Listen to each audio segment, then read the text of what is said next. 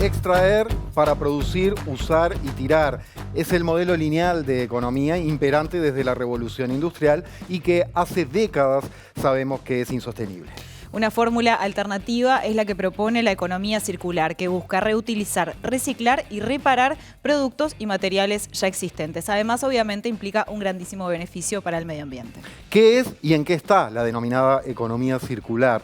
¿Cómo es la situación en Uruguay del tratamiento de residuos, de reciclaje y situación laboral de los clasificadores? Por último, ¿cuál es nuestro rol, el de todas y todos en tanto consumidores? Hoy en La Letra Chica, economía retornable.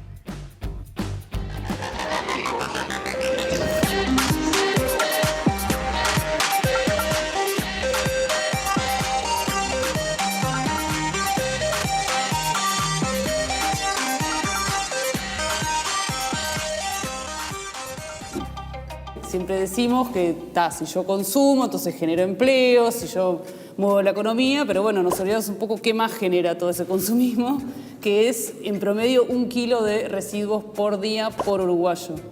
Que te genera todo un tema de presión sobre los vertederos municipales, ¿no? Que hoy van a extender en breve el de Montevideo. Te genera un problema a nivel de recursos que vos estás usando. Nuestro sistema productivo se basa en ese sistema lineal de hago, uso y tiro. Pero por suerte hoy en realidad se están contemplando otras alternativas que justamente lo que tratan es de cerrar ese ciclo y cuando se termine la vida útil del producto, la idea es volver a utilizar ese material y reintroducirlo en el ciclo productivo. ¿Qué es una economía circular? Imagina que dejamos de pensar en un sistema lineal y comenzamos a pensar en todos los procesos en global, de manera que, en cada fase, se tenga en cuenta las siguientes. La importancia de los clasificadores a nivel mundial para toda la comunidad es el hecho de que realiza un trabajo permanente a diario, rescatando materia prima en la cual se ayuda como promotor ambiental a preservar los espacios. Estamos aportando a la cadena productiva los materiales que rescatamos que vuelvan en productos elaborados para ser nuevamente comercializados. Varios miles que salimos todos los días, con frío, con calor, con el sol, con el viento en contra, con la lluvia, a intentar rescatar la riqueza de lo que otros tiran y poder con eso mantener a gatas a nuestra familia. El hecho de que nosotros podamos tener acceso a bienes de consumo a precios muy bajos, donde nunca se tomó en consideración el costo ambiental y el costo social de esos productos, hace que hoy día la recuperación, el reciclaje, la remanufactura no sea rentable, pero ese modelo tiene que cambiar. Es un desafío civilizatorio. Efectivamente estamos en un contexto de cambio civilizatorio, nunca produjimos tanta basura y el tratamiento de la basura es un tratamiento que nos desafía como ciudadanos. Hoy tenemos una ciudad mucho más extendida, tenemos una ciudad mucho más pulverizada, mucho más marginalizada y tenemos esta cultura, que es una cultura con poca solidaridad, con poco nosotros, que debemos justamente enfrentar.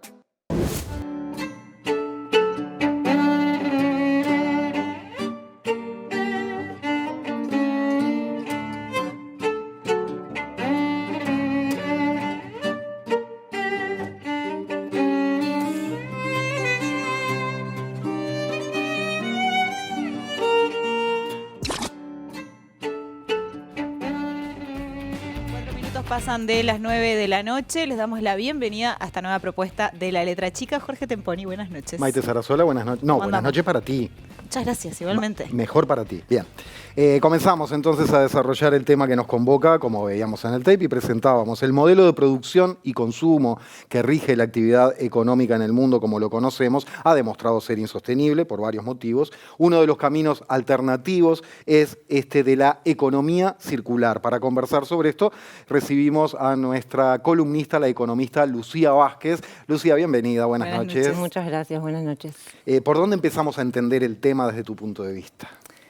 Bueno, a ver, hoy en día la manera, un poco ya se adelantaba en el tape, ¿no? Pero la manera en que se produce y se consume sigue una lógica de una secuencia lineal, ¿no? Son etapas que arrancan en lo que es la extracción de la materia prima, que después se producen piezas, se transforman en un producto ensamblado, digamos, que llega a un producto final, y después ese producto cae en las manos de los consumidores, y una vez que ese producto cumple su vida útil, digamos, termina en la basura, ¿no? Por eso es un modelo lineal, termina ahí, en la basura.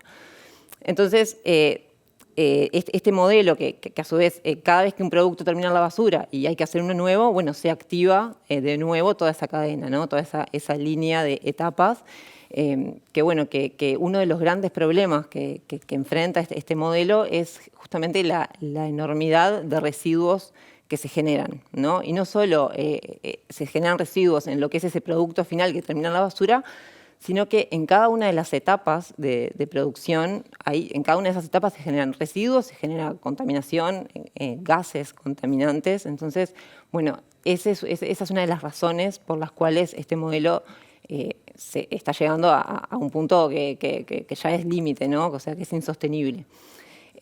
Actualmente en el mundo, o sea, hay muchas cifras en este tema, pero bueno, quisimos traer como algunas para que nos queden por lo menos resonando por ahí.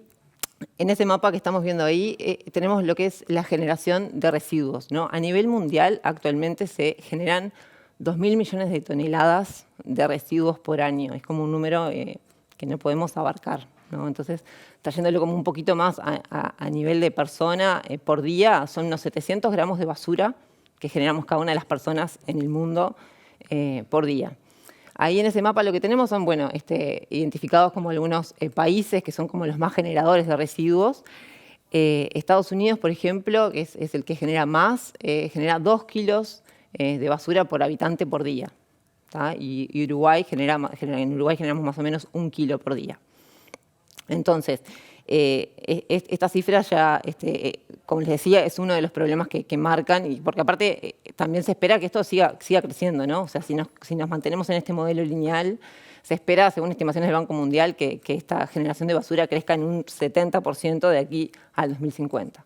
Wow. Pues O sea, no solo que seguimos acumulando porque se junta, sino que cada vez produciríamos más por día. Cada vez, y sí, imagínate que cada vez que un producto termina en la basura y se produce otro, en cada una de esas etapas se genera más basura, ¿no? O sea, Sí, es una y aparte en un mundo en el que el consumo va en aumento. Entonces, en ese sentido se hace insostenible, punto.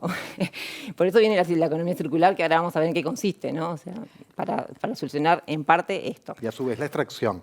A su vez la extracción, o sea, tenemos otra de las limitaciones de este modelo que tiene que ver con las materias primas, que no son infinitas y bueno, muchas veces se explotan como si lo fueran, ¿no? Entonces, las empresas se enfrentan a cada vez más riesgos en cuanto a la extracción de materias primas, que suben de precio, que aumenta la volatilidad de los precios, que hay problemas en los suministros de esas materias primas.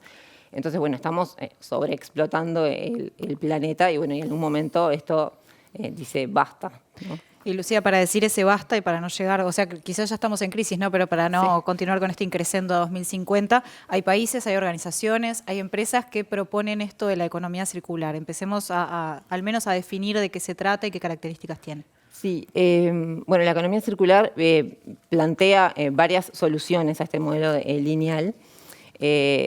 Y en principio como para quedarnos con una idea general, es circular. ¿Por qué? Porque ese producto que llega al fin de su vida útil, bueno, ese residuo vuelve a insertarse en el ciclo productivo, ¿no? Es circular en ese sentido, en que se extiende la vida útil de los productos y de cada una de sus piezas, ¿no? O sea, las materias primas y cada uno de los productos vuelven y se extiende, se maximiza, o sea, se extrae el máximo valor de cada uno de los productos y de cada una de las piezas hasta llegar a agotar, digamos, esa extracción de valor, ¿no? Entonces, bueno, una de las maneras es que esos residuos vuelvan. Entonces, por un lado, se reutilizan los residuos y a su vez se generan menos, porque se extraen menos materias primas, porque justamente esos residuos son recursos para volver a producir. El reciclaje es la gran herramienta. Bueno, el reciclaje es una de las patas, sí, de la economía circular. Es importante, pero está bueno también remarcar que es como la etapa final, ¿Por qué? Porque los residuos no son todos reciclables, digamos. O sea, solo una pequeña porción de los residuos pueden volver al ciclo productivo en el modelo actual, ¿no? Entonces, una de las patas es esa, es reciclar, pero antes, y fundamental para el planteo de la economía circular, está el diseño y la innovación. ¿Por qué? Porque la idea, o sea, como decíamos al principio, uno de los principales problemas es la generación de residuos, entonces la economía circular lo que plantea es generar residuos de mejor calidad, o sea, generar mejor basura, de alguna manera. ¿Por qué? Porque esos productos, bueno, que la idea es que sean, por un lado, reparables, o sea, se me rompe un producto y lo puedo arreglar fácilmente, lo puedo actualizar y a su vez, una vez que ya se arregló y ya se actualizó, cuando llega como a la etapa final, que se transforma en residuo, bueno, cada una de las piezas de esos productos son realmente reutilizables, son como auténticamente reciclables. No es que puedo extraer un poquito, sino que vuelve completamente. Entonces, sí es importante el reciclaje y es una de las etapas, pero es la etapa final. Hay toda una parte antes que es como prevenir generar esos residuos. La idea también es como eliminar esa palabra, digamos. Y Lucía, en este sentido, teniendo en cuenta que este modelo que estás comentando, que tiene tantas ventajas, que ayudaría al medio ambiente, que nos ayudaría a todos y a todas en definitiva, si tiene todos estos beneficios, ¿por qué no se implementa, digamos? Me acuerdo, por ejemplo, cuando hablamos del programa sobre obsolescencia programada, que justamente el sistema en realidad funciona contrario a eso. De hecho, las cosas cada vez duran menos y es difícil arreglarlas. Entonces, ¿por qué no se implementa esto? Sí, bueno, en realidad sí hay iniciativas que se están impulsando, pero sí hay varias barreras, ¿no? Entonces, una es el consumo, ¿no? O sea, estamos los consumidores consumiendo esos productos y esperamos ciertas cosas de esos productos. Entonces, hay un tema ahí como de cambiar el paradigma de consumo y por eso capaz que, si bien se está yendo hacia eso, es como un cambio no sé, cultural, por decirlo de alguna manera, ¿no? Entonces, me gusta traer como un ejemplo de los teléfonos celulares para poner, para ejemplificar todo esto y que nos quedemos con una idea bastante concreta, ¿no? O sea, de cosas que nos tocan a todos en el día a día y que está bueno llevarlas a este nivel de concreción. Un celular, hoy nosotros se nos rompe la pantalla o empieza a andar medio lento la batería y ya está, o sea, fue el celular y nos compramos otro, ¿no? Entonces, la lógica es que si este celular puede, primero, una vez que se me rompe la pantalla, voy al fabricante y me lo arregla fácilmente y lo tengo como nuevo. O una vez que empieza a andar lento la batería o, no sé, o andar medio, se empieza a trancar, la empresa va y me lo actualiza, entonces yo tengo un celular todo el tiempo actualizado, ¿no? Entonces, desde ese punto de vista, lo que estamos haciendo es evitar que ese celular termine en la basura, ¿no? Y la empresa se está ahorrando costos porque se evita todos los costos de esas etapas que llevan a producir ese celular. Y a su vez, bueno, o sea, ese celular es más barato también para el consumidor y para la empresa. Desde los dos puntos de vista hay ventajas. Entonces, ¿qué pasa? Para que la empresa tenga certeza de que yo le voy a devolver ese celular, o sea, a llevar ese celular a arreglar, o una vez que ya no lo puedo usar más, esas piezas van a volver al ciclo productivo, bueno, la empresa se tiene que asegurar que eso va a volver para que sea rentable.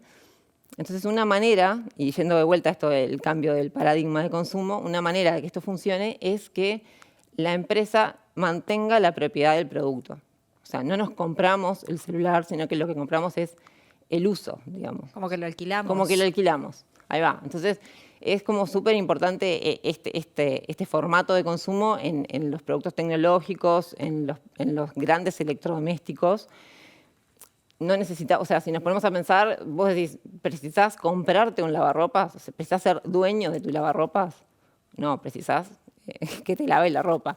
Entonces, si ese producto que vos tenés en tu casa, vos tenés una empresa que cada vez que se te rompe lo podés arreglar fácilmente, o cada vez que se empieza a poner un poco viejo, tenés a alguien que está todo el tiempo innovando para actualizar ese producto, bueno, o sea, el consumidor va a estar conforme, va a ser mucho más fácil acceder a esos bienes que tienen un costo inicial hoy que es muy alto.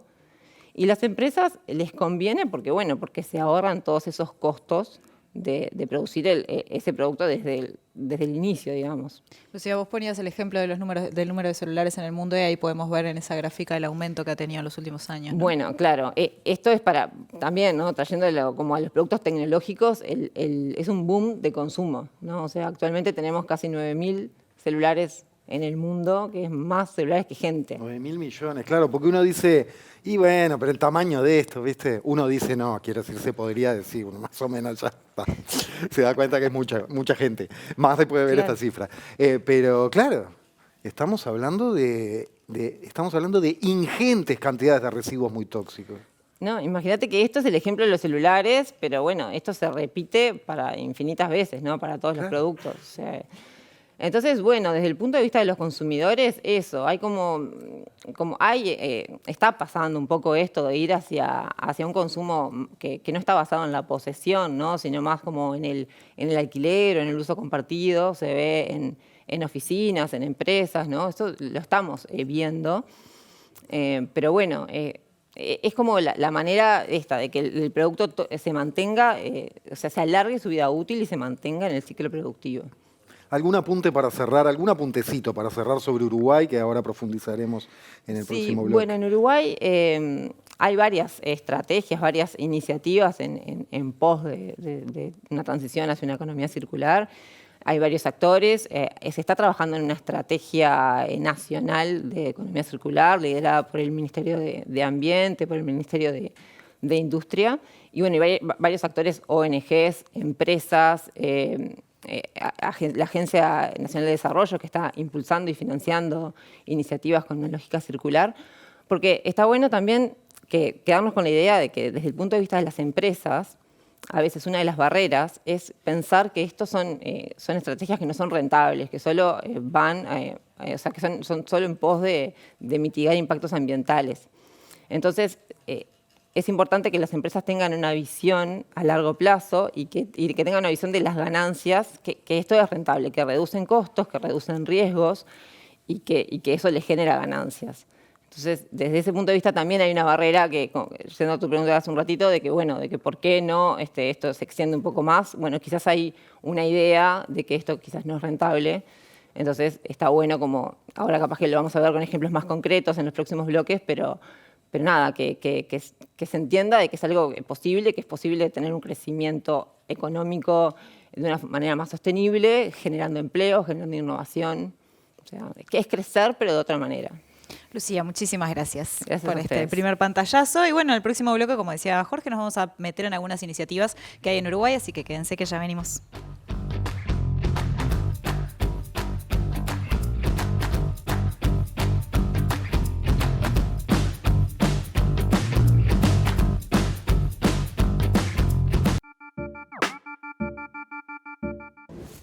La gente tira y desecha los objetos, los artefactos que no les sirven más, los aparatos que pierden con el tiempo, razón de ser y funcionalidad.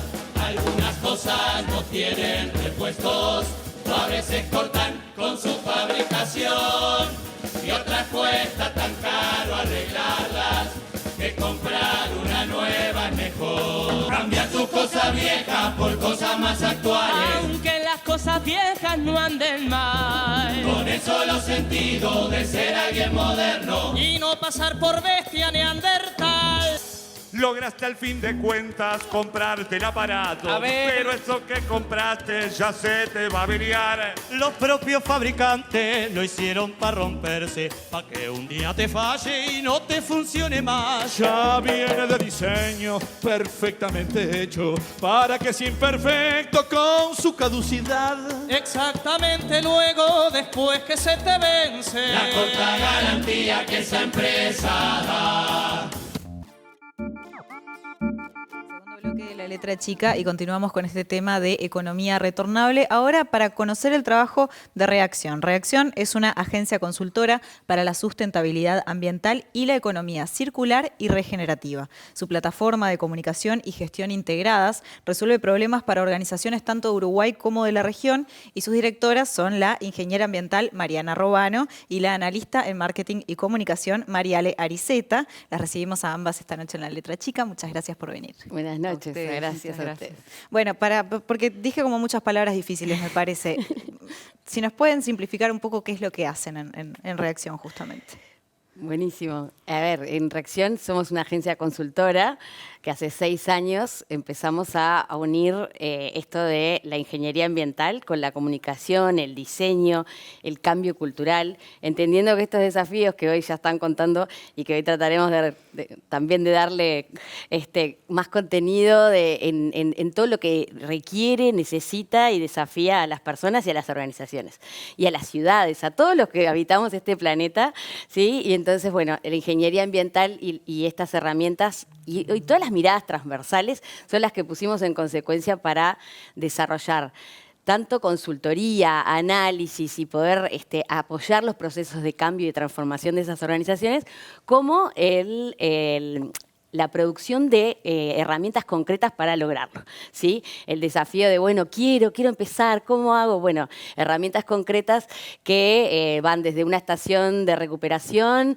a un programa de gestión y de cambio en las organizaciones que siempre involucra a las personas en el centro. Entonces, hoy trabajamos para empresas, para las personas, trabajamos mucho con la ciudadanía y trabajamos con distintas industrias y procesos que nos desafían todos los días. Y esa es parte linda de lo que hacemos. Y cuando dicen que trabajan con las personas, ¿qué es a través de organizaciones de la sociedad civil o cómo es que se acercan? Claro, ahí se da a distintos niveles. En esto de repensar los procesos, trabajamos con empresas y muchas de ellas tenemos que empezar con los tomadores de decisión, pero también con los involucrados en el quehacer de esa empresa. Porque promovemos como una mirada, un cambio de comportamientos hacia una mirada de sustentabilidad, donde miremos los recursos naturales, cuidemos, seamos conscientes, entendámonos parte de los procesos y cómo las decisiones que tomamos como consumidores, como personas trabajadoras, influyen hacia un lado o hacia otro respecto a la mirada ambiental, si se quiere. Entonces, decimos que todo el tiempo trabajamos con personas, pero en distintos grados, y en ese asesoramiento, en ese transmitir mensajes sobre todo de transmitir la conciencia o la información de las consecuencias de nuestras decisiones. Básicamente por ahí. Entonces, dependiendo del proceso que estemos mirando, si es una empresa que se dedica a poner alimentos en el mercado, productos envasados, o inclusive si es una empresa que se dedica a construir un edificio, las incidencias de esas decisiones en el cuidado ambiental, en el cuidado de los recursos, es lo que tratamos de transmitir y de plantear, digamos, mejoras. Tenemos una frase de cabecera que siempre decimos que es conocer para comprometernos para cambiar, si la sintetizo. Y es por eso, porque estamos convencidos de que falta quizás datos, información y conocimiento, ¿sí?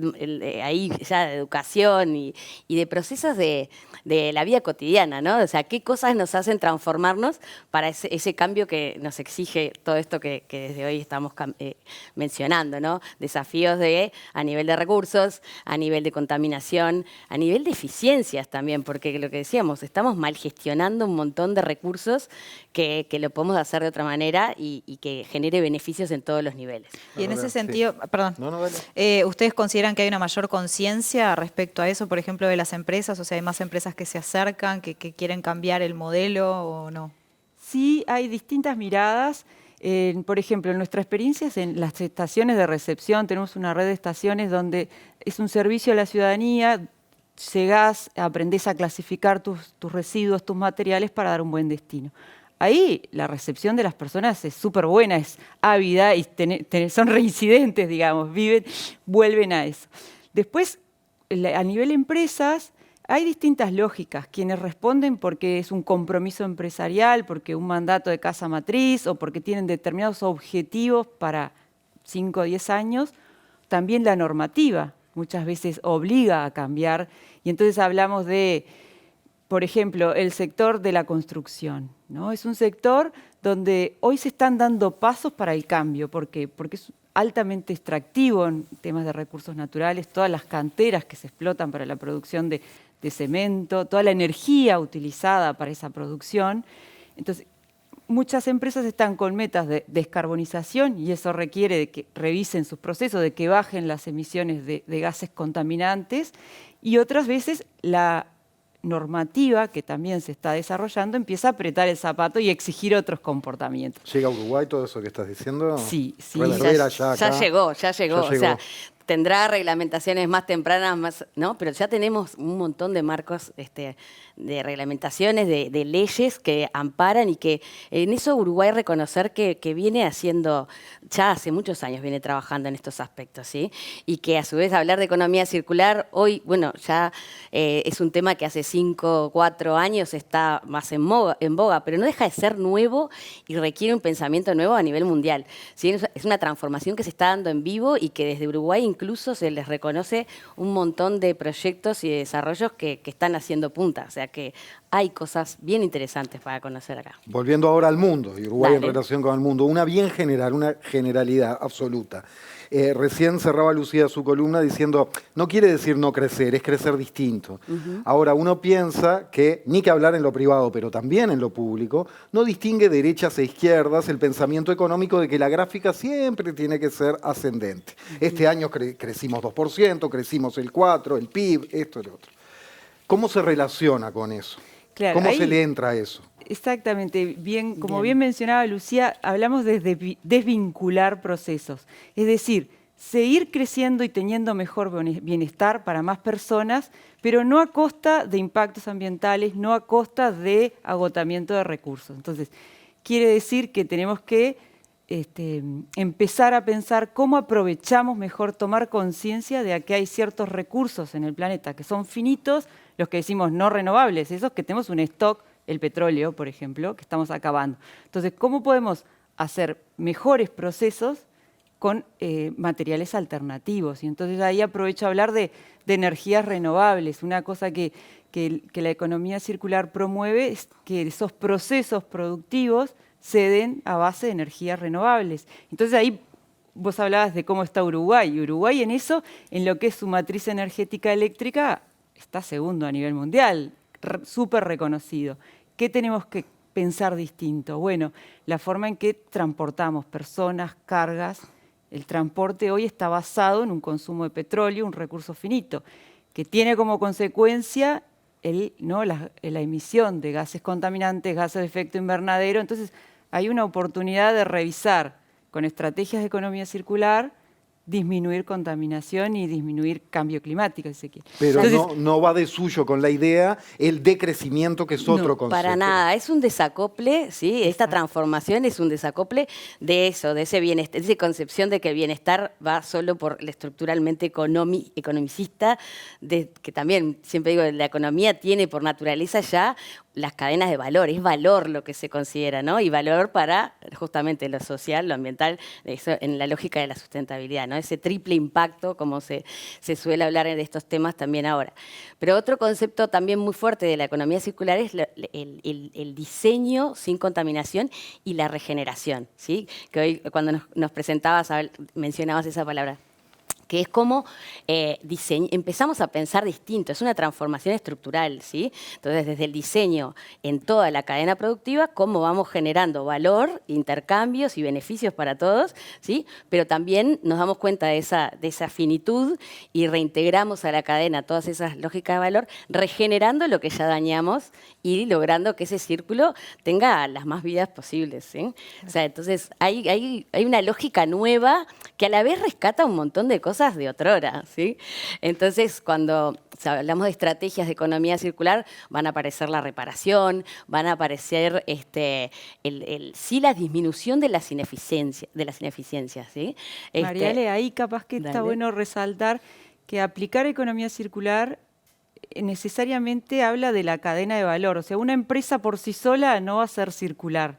va a tener que entenderse con sus proveedores y con sus clientes, ¿no? Entonces, pensar el ciclo completo del producto lleva a todas esas eslabones trabajen más aceitados. Entonces, y ahí empiezan a aparecer estrategias de consumo local, de que para poder dar un servicio de reparación tengo que tener la reparación localmente, ¿no? Para que ese bien pueda durar más. Entonces, el alquiler, entender, de todo lo que es el claro, alquiler y la desmaterialización. O sea, hay mucho beneficio en el compartir, que hoy también lo decía Lucía, ¿no? Pero el compartir desde esa lógica que puede tener beneficios económicos o de transacciones, ¿sí? Es un compartir donde, por eso también digo de estrategias de otrora, ¿no? De vínculos donde la fortaleza es poder extender la vida útil de las cosas, generar más beneficios para más personas con la misma cantidad de recursos y de energía, ¿sí? Entonces es más eficiente para todos los aspectos. Y en ese sentido, ¿ustedes son optimistas de que esto realmente se puede implementar a gran escala? Porque pienso hablaba Lucía de los celulares realmente, o sea, hoy en día los venden para que cada vez te duren menos y en un momento ya no puedas actualizar porque no tenés espacio. O pienso, se me rompió la heladera hace poco, un estante, fui a buscar otro y ya no lo hacen, cuando antes las heladeras duraban 40 años. Entonces, ¿se puede llegar a una escala donde realmente se genere un impacto a nivel mundial cuando las grandes empresas quizás no están teniendo el pensamiento que ustedes manifiestan? Sí, creemos que sí, que es un movimiento global que está atravesando a las grandes organizaciones. Por esto de que también el consumidor o la consumidora, ¿no? O sea, nosotros exige, sí, realmente, gobiernos y demás, como decíamos, las normativas y las reglamentaciones, porque también este modelo tiene un montón de impactos para la sociedad en su conjunto, que afecta a las decisiones más estructurales del gobierno. Entonces, por varios frentes se va recomponiendo y se va exigiendo que esa transformación se haga. Y por otro lado, porque, como decimos, si uno lo incorpora desde sus mejores miradas y estrategias, realmente tiene un montón de beneficios, ¿sí? Beneficios comerciales, beneficios de eficiencia en los recursos y en la gestión de esa producción, ¿sí? Entonces, obviamente, ¿por qué no se hace ya? ¿No? Y ustedes lo preguntaban. Y bueno, porque es una transformación. Entonces, cualquier transformación requiere de ajustes en varios niveles. Primero, además, como siempre decimos desde Reacción, diagnosticar, saber dónde estamos parados en relación a esas ineficiencias y hacia esas estrategias en mi modelo de negocio o en mi transformación de modelo de negocio, cómo pueden impactar y requiere de análisis, no es de un día para otro. Entonces ahí sí es muy importante y siempre lo invitamos tanto a las personas en la cotidianidad, porque bueno, ¿y cómo empiezo, no? Y el miedo de arrancar, bueno, que esa transformación sea genuina, sea un camino donde requiere de pasos, ¿sí? De ir animándose, hay que empezar. Y ese empezar anima el siguiente paso y cuando uno quiere ver está haciéndolo ágil y esa transformación se da. En es como que mañana querás ser cinturón de karate negro. Y no, te lleva un ratito, ¿sí? Pero no quiere decir que sea imposible. Y de hecho, hay, de vuelta, en el transcurso hay un montón de beneficios tangibles también, ¿no? Las personas, como decíamos hoy, son el centro y cuando las personas se comprometen y se animan a ese cambio, además es fantástico lo que ves en las organizaciones y en las ciudades, cómo eso genera cultura, ¿no? Que nos olvidamos que eso es hacer cultura también. Y hablando de esto, de la gente, ¿no? Digo la gente por simplificar, porque uno piensa más o menos en la línea de lo que decía Maite recién, al gran poder económico le decís cambio de paradigma y dice ¿cambio de qué? Las fichas las tengo yo, no me cambies el juego que estoy ganando. Entonces el poder ciudadano, valga la referencia a un nombre de un programa televisivo, es muy importante. ¿Cómo ven, qué diagnóstico hacen de la situación actual? ¿A qué ritmo se viene creciendo en esa conciencia, en esa búsqueda, en ese reclamo también a los gobiernos y a los poderes? Claro, si uno mira para atrás, y hoy se hablaba de generación de residuos, ¿no? 1 kilo por habitante por día. La tendencia es que en los últimos 20 años hemos duplicado la generación de residuos. Entonces, venimos mal, pero que yo creo que informando las consecuencias de este comportamiento, visto de esta otra manera, o los consumos alternativos que podemos tener como personas, y creer que tenemos un gran poder, ¿no? Porque el poder de traccionar otras soluciones, nuestra experiencia dice que informando de esa manera, mostrando soluciones, hay una avidez por el cambio, sí. Claro, hay una receptividad. Es muy difícil que a una persona le cuentes, mirá, que vos todos los días manejes un auto solo, tantos kilómetros, que entiendas que sos parte de este problema ambiental que tenemos, que si tomás unos consumos alternativos, por ejemplo, vas caminando, venís en bicicleta, después que entendés toda esa parte, que vos te muestres indiferente no es lo que nos pasa. En realidad, bueno, entonces te empiezan, bueno, pero ¿qué alternativas tengo? ¿Qué puedo hacer en la ciudad? Ah, y vos hablás de consumir mejor. Pero ¿qué puedo consumir mejor? ¿Dónde puedo ir a comprar? O un servicio de que en vez de venta envasada hay venta a granel. Entonces, cuando empezás con esa mirada, con esa búsqueda de soluciones alternativas, una vez que las mostramos a las personas, nada, y en este año se prenden, ¿no? Absolutamente, les podemos contar eso, que hace 6 años, cuando de hecho veníamos trabajando en estos temas de antes por otras cosas, pero como reacción, y cuando empezábamos con esto, teníamos muchas disidencias, ¿no? Y de como esa mirada de, bueno, esto no sé cuánto va a pasar. Y en Uruguay, y cuando mostrábamos soluciones, no, eso es el siglo que viene, ¿no? Y entonces hablar de una tienda sin envase parecía solo de Noruega, y ya hay 2 y se vienen más, ¿no? Hablar de que ir a la feria con un tupper, lo hacía mi abuela, ¿no? O sea, de vuelta, hay como un montón de estrategias muy sencillas. Bueno, estuvo la cuestión de las bolsas lindas. de tela, por ejemplo, que ahí la implementación de una política y una normativa fue clave, y en cuestión de un tiempo nos empezaron a cobrar las bolsas de plástico y veíamos a todo el mundo, y hoy en día, con las bolsas de tela. Sí. Todo el mundo. O sea, fue un cambio que se dio muy rápido. Sí, y nosotros, por ejemplo, que promovemos el Club de Reparadores, que son instancias donde nos movemos por distintos barrios y un conjunto de reparadores ponen al servicio de la ciudadanía su saber para invitar a mirar qué objetos se compran, a aprender a comprar mejor, que sean más duraderos, que sean reparables y aprender a reparar. Y lo que pasa en cada club es maravilloso, o sea, la satisfacción de las personas que tienen esa intención de reparar un objeto querido o de un objeto que a todos nos cuesta tirar muchas, y está bien, y entonces cómo le extendemos la vida útil. Creo que a nosotras nos dan como esperanzas, por decirlo de alguna manera, o que vamos por el buen camino de que hay una receptividad de estos comportamientos. Ya que, perdona, pero ya que lo mencionaste, ¿se puede arrimar cualquiera a estos clubes de reparadores? Claro que sí. Capaz que al final lo teníamos planeado, pero ¿tienen un contacto, entran en la página? ¿Cómo hacemos? Club de Reparadores X Uruguay o X Montevideo, y la X es porque es por Montevideo, o cualquier club que encuentre en Club de Reparadores igual nos va a llegar, pues somos una red del Río de la Plata, si se quiere, donde vamos de ciudad en ciudad y de pueblo en pueblo, y de barrio en barrio más que nada. Hoy tenemos 22 barrios, si no me equivoco, de la ciudad de Montevideo, y bueno, estuvimos en Canelones y en Maldonado, y la idea es extendernos al país, así que digo, con esta ánimo de la extensión es convocar cada vez que vamos a que más reparadores se prendan, armen sus propios clubes.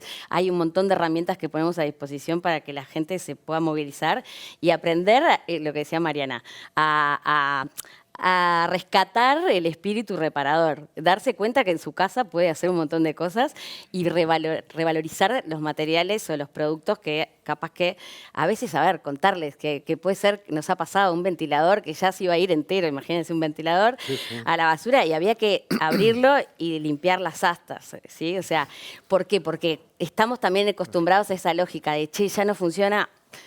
Y vas a la tienda de consumo y te dicen, esta es más barato, ¿no? Es más barato comprarte una nueva. Pero eso también está cambiando, ¿sí? O sea, se está revalorizando otras cosas que al principio, cuando tuvimos como el boom del consumo, era como, bueno, qué bueno, puedo consumir rápido, pero también nos damos cuenta, che, pero me duró 3 meses, no sé si es bueno. Sí, claro. Como para bajar un poco de ejemplo, porque hay veces que los conceptos nos quedan como en el aire. Cuando dialogamos con la población, estaba viendo imágenes de envases en nuestras estaciones de recepción, de estación-reacción. Estación-reacción.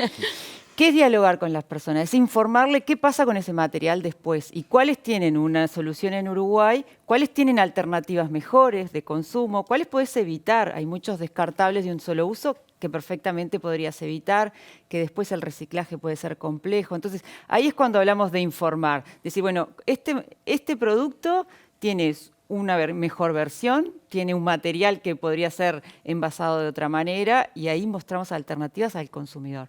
Y por otro lado, también trabajamos con varias empresas que ponen productos en el mercado. Y entonces, ¿qué estás poniendo en el mercado? ¿Y qué alternativas hay desde ese mismo lugar? ¿Cuál es el origen del material? ¿Es renovable o no es renovable? Y te voy a interrumpir para decir que en estos últimos 3 años hemos visto grandes empresas, muy grandes, hacer transformaciones que en estas lógicas son muy, muy relevantes. Insisto, en Uruguay. En Uruguay. Sí, en Uruguay, sí. Transformaciones de envases que de un material con un montón de dificultades ha cambiado su color, su forma o su retornabilidad. Ajá. Ahí entonces ahí hago eco al nombre del programa de hoy, ¿no? Lo retornable como una gran estrategia que antes la teníamos. De hecho, en Uruguay todavía la tenemos esa cultura del retornable mucho más que en otros países y tenemos que seguir recuperándola para poder hacer otra logística de nuestros envases, ¿sí? Mariale, vos mencionabas los diferentes barrios de Montevideo, ¿no? Entonces, si pensamos con una lógica quizás de capacidad de consumo, o sea, ¿hay diferencias entre los barrios? ¿Qué es lo que han visto ustedes? Bueno, creo que en el Club de Reparadores es donde podemos hablar ya de una muestra interesante porque hemos recorrido un montón de barrios. Y sí, hay diferencias de los momentos también, en el momento que llegás, hacia dónde llegás, qué nos recibe, o si es un club barrial, si es una organización de todo tipo. Hemos estado en, muchísimos barrios. Y lo que sí siempre nos divierte es ver cómo en un barrio ese día llegan, no sé, 30 bicicletas, y en otro barrio llegan televisores, y en otro aspiradoras, llegan más que en otros. Por ejemplo, me acuerdo en Peñarol, creo que fue, donde nos sorprendió, llegaron en un día, creo que eran 10 máquinas de coser que no venían llegando. Y de ahí contactamos con un reparador de máquinas de coser, y hoy es una fija en el club, casi siempre nos acompaña ese reparador que es especialista en máquinas de coser. Y entonces ahí es vuelta, lo lindo de recuperar un objeto que capaz que estaba en un galpón olvidado, un saber, porque la mayoría de la gente se relacionaba a decir, bueno, o porque mi madre o mi abuela o yo ya me había olvidado que tenía esta capacidad. Y entonces también es recuperar un oficio, una posibilidad de trabajo, una capacidad comunitaria y de empleo, ¿no? Claro, ahí también que si pensamos en extrapolar esto como soluciones ciudad-país, aparecen algunas barreras. Tuvimos oportunidad de hacer un estudio para Montevideo y cómo estaba el sector reparación en la ciudad, que hay unas 500 casas de reparación, y entonces aparecen ciertas debilidades que precisa que para que siga existiendo el oficio se lo fortalezca. Entonces, ¿por qué? Porque muchas veces en el sector reparación hay personas que no están transmitiendo su conocimiento porque no pueden emplear a alguien porque es costoso tener un ayudante, o no hay un interés de un hijo o un sobrino que siga con ese oficio, no están tan ayornados con las necesidades de inclusión financiera, redes sociales. Entonces, queremos fomentar estrategias de economía circular, hay que también acompañar con soluciones. Entonces, pero ahí aparecen oportunidades en Uruguay que todavía existe la reparación. Vas a otros lugares del mundo y ya no están. Entonces, no hay un reparador de zapatos, de muebles, de electrónica. Entonces, tenemos como ventajas, tenemos una escala país que es muy manejable, y entonces hacer experiencia en Uruguay nos da pie para después exportar soluciones. Entonces, hay como varias vías de trabajo y podemos hablar de otro sector que lo menciono nuevamente, que es el sector construcción, porque es un sector sumamente importante en nuestra economía, emplea más de 40.000 personas, pero tiene la contracara que es altamente extractivo, altamente consumidor de recursos naturales, y que estamos trabajando para acompañarlos en pequeños pasos para cambiar hacia una mirada más circular, la incorporación de materiales, la recuperación de áridos, de ciertos materiales, con una mirada para traccionar esa cadena, tenemos que introducir los materiales recuperados. Entonces ahí hay que empezar a prever desde el diseño cómo tomarlos. Interesantísimo. Entonces, es como que hay espacio de trabajo en muchos en sectores. todas las industrias, sí. Claro. Y todas las personas. Eso es lo lindo de esto de la economía circular, es que realmente transforma en todos los niveles. Entonces todos podemos aportar. Todos podemos hacer algo. Realmente hemos descubierto, y ya desde la génesis, como les contábamos, de Reacción, cómo todas las capacidades, todos los talentos, todas las habilidades tienen algo para aportar. Porque lo que hablamos es una economía, es toda la cadena de valor y la generación de valor de una sociedad. Bueno, venía de una forma, ahora tenemos que poner todos un poquito de esta mirada nueva para transformarla. María Lariceta, Mariana Robano, muchísimas gracias por este gracias. rato. Gracias a Y adelante, les iba a decir con el trabajo, pero capaz que adelante es muy lineal, a seguir dando esas vueltitas que nos hacen bien. Muchas gracias a ambas. Muchas gracias, de verdad. Bueno, quédense que ya seguimos con la letra chica un ratito. Volvemos.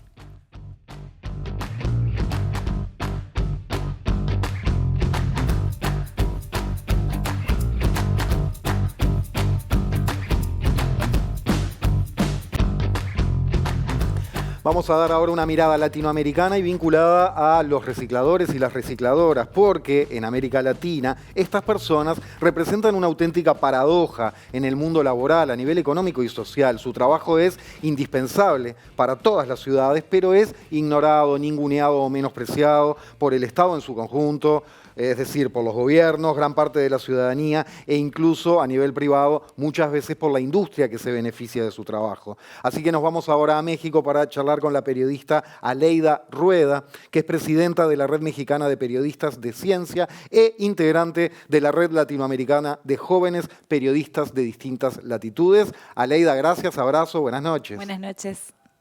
Hola, ¿qué tal? Buenas noches. Saludos a su audiencia. Gracias por recibirnos. Indispensables pero invisibles es una investigación transfronteriza de 6 ciudades de Iberoamérica sobre los desafíos que enfrentan las personas recicladoras de base. Estamos hablando de Ciudad de México, San Salvador, Bogotá, Buenos Aires, Santo Domingo y Barcelona. Aleida, ¿de dónde es que surge la motivación para realizar justamente esta investigación que abarca tantas ciudades también y tan lejanas y tan diferentes? Sí, pues mira, esta colaboración que fue justamente gracias a diferentes colegas de estas ciudades que acabas de mencionar, nos reunimos porque queríamos justamente mostrar digamos, estos beneficios que ofrecen estos trabajadores y trabajadoras y confrontarlo con sus realidades, ya sea realidades económicas, ¿no? Que la mayoría de ellos enfrenta pues muchísima precariedad, pero también otro tipo de desafíos relacionado más con la invisibilidad a la que se enfrentan. Y la Fundación Gabo, el año pasado, hace 2 años, lanzó una convocatoria para justamente contar estas historias y que fueran, digamos, contadas o transmitidas el 1 de marzo, que es el Día Mundial del Reciclador, y poderle dar voz, poder contar sus historias, sus desafíos y sobre todo el visibilizar que no es un problema de un país, ¿no? Sino que es realmente un patrón en Iberoamérica y que en la medida en la que estas historias se vayan conociendo y que las mismas personas, ya sea ciudadanos de a pie, pero también personas que están al frente de la toma de decisiones, ¿no? Que pueden hacer algo a nivel de política pública, que conozcan estas historias, entonces estas condiciones pueden cambiar, esperemos para bien. Esa era la motivación principal. Aleida, y ahora pasemos de las motivaciones a las conclusiones. Después las seguimos, pero quiero decir, ¿qué te impactó más a nivel personal de los resultados, de las realidades que vieron? Pues una cosa muy interesante es que se viene hablando mucho esto de la economía circular, de que tenemos que pensar en reciclaje, ¿no? Ya nos están diciendo desde las escuelas más básicas, ¿no? Que hay que reciclar, hay que reciclar. Lo más sorprendente es que tenemos miles de personas que lo están haciendo, que están excavando y explorando toda la basura que sale de nuestras casas y que solamente logran reciclar 4.5% de toda la basura, ¿no?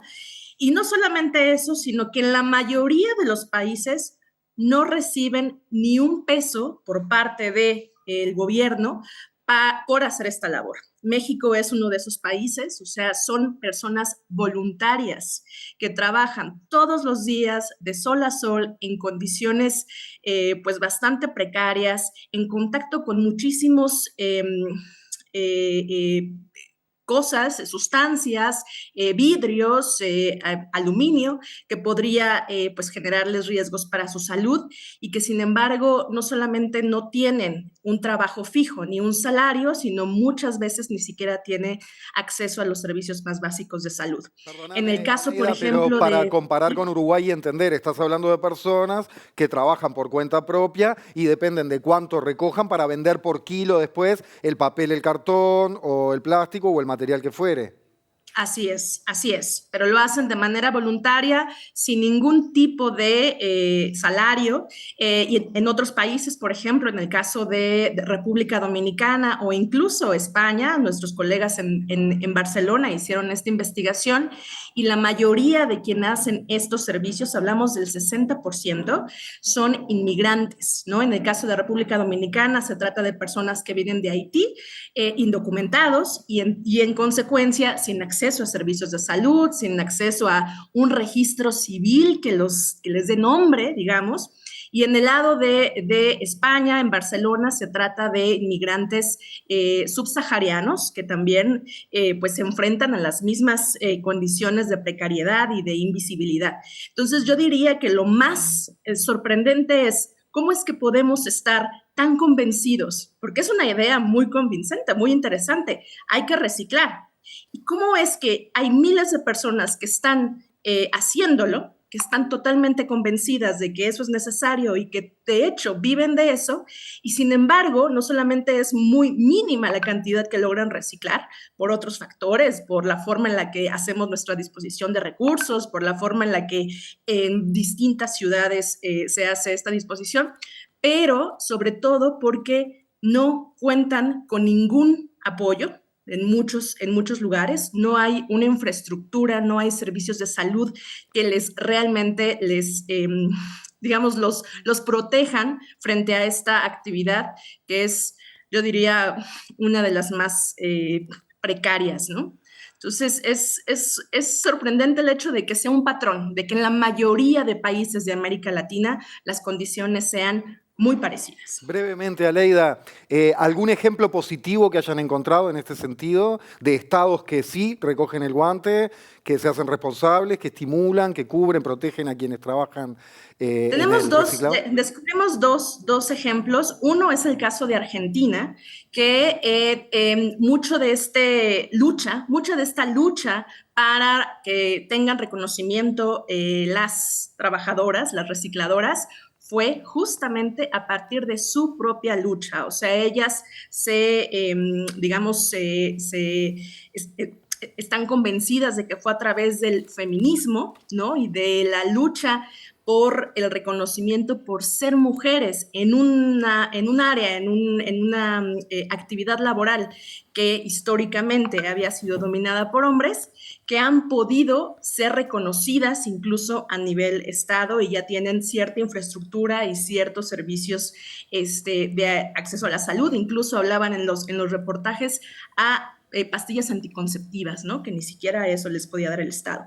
Y yo diría que el ejemplo más exitoso es Colombia, específicamente Bogotá, en el que la lucha, otra vez, no ha sido a partir del Estado, ha sido a partir de los y las recicladoras que lograron por corte constitucional, porque se fueron a juicio, digamos, demandaron al Estado y lograron ser reconocidos como trabajadores de la basura. Y entonces los bogotanos pagan dentro de su recibo, ¿no? de recolección de basura, pagan $5 al mes y ese dinero se va directamente a las manos de las personas recicladoras.